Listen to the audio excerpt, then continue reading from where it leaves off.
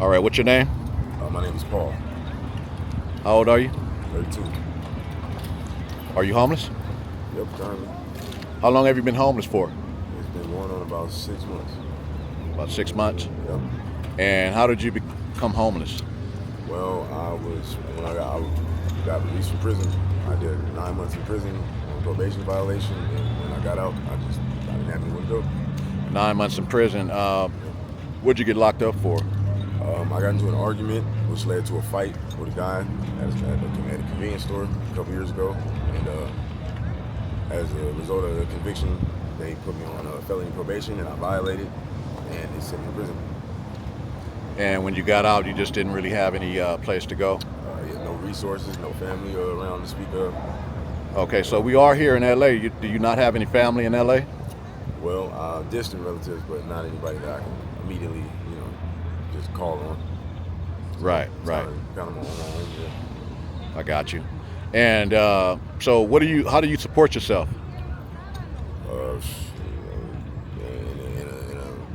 In a literal sense, any way I can out here hustling, really. But I mean, selling things, pharmaceuticals, so to speak. Just hustling. Yep, hustling to the best of my ability. Where are you from? I'm from Hollywood. I was born in Hollywood. And how long have you been here at MacArthur Park? I've been going on here about 5.5 months. Okay. What was your childhood like? I grew up pretty well off. My mom was an entertainment attorney. She made over a couple $100,000 a year. And I grew up in a 6-bedroom house. It was me, my mother, my stepfather, my little sister. Your stepfather? Yeah, my stepfather. Was he there most of your life? Yeah, he's been around since I was about 2 years old. So I grew up in a two-parent household. So you did have that father figure. I did. He was kind of abusive as a child, but then our relationship. Yeah. Right. So yeah, sometimes what I've seen is with stepdads, they don't always, they try to play the role, but they're just not as sympathetic toward a child that's not their own, Yeah.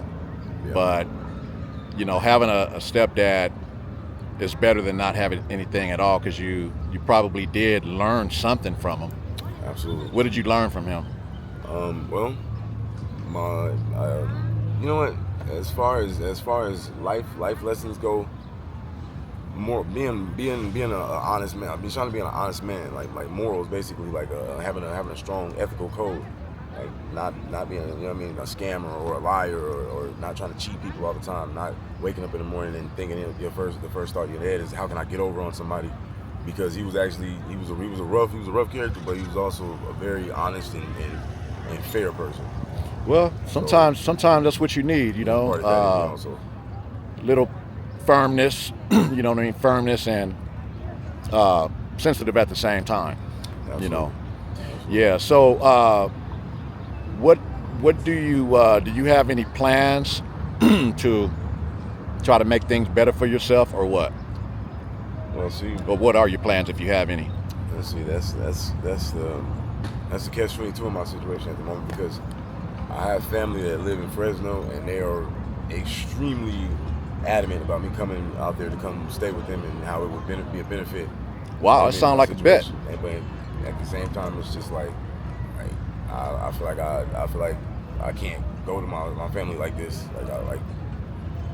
Well, I mean, you got to start somewhere, Everybody, not everybody, but most people, at some point in time in their life, go through a rough patch, where they're not doing so good and don't have anything. And that's the time when you need to lean on people the most, you know what I mean?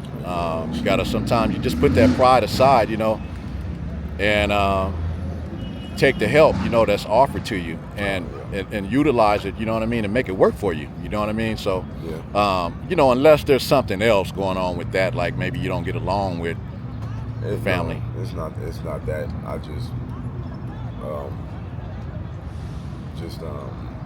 maybe you just super independent minded kind of a. No, I feel ashamed for even having strayed off the path that I was supposed to be on to get, you know what I mean, get my life back on track Yeah. in the first place. And I mean, man, I fell off when I was about 34. I fell off. I mean, before that, I had my own house, and I drizzled down from a house to an apartment, from an apartment to a car. And then from a car, I had to go stay with my mom, who was a very religious person. And trust me, it wasn't easy living with her, but I didn't have no option. I had to go stay with her. I had nothing but a car and clothes, But that little bit of time that I did stay with her, she was so rough on me, it just motivated me more to hurry up and get my stuff together. You know what I mean? So that's one way to look at it. You know what I mean? Yeah, it's supposed to be the fire up under you, and it's supposed to, put in perspective the things that you need to do. And I don't know, it's something. I don't know. Sometimes I just get. It's like almost like a roadblock. When I know I need to do this, I know what I need to do. I know how I need to do it. Every step is pretty clear, and then all of a sudden I just like drop it and just like yeah. I guess I just don't want to. Well, you seem like a real good dude, man. You really do. Well, I appreciate it. And I hope everything works out for you, man. If anybody wanted to reach out and help you, do you have like a Cash App or anything like that? You can get in contact with me through Instagram. Instagram? What's your Instagram? That would be Made in My Image, so it'd be MADE with a period the word in with another period, MY with another period, MIMAG image. In my image. Yes, Made in My Image. Made in my image. Okay, got you, man. In between the words. All right, you take care, man. Have a good day. Thank you very much, sir.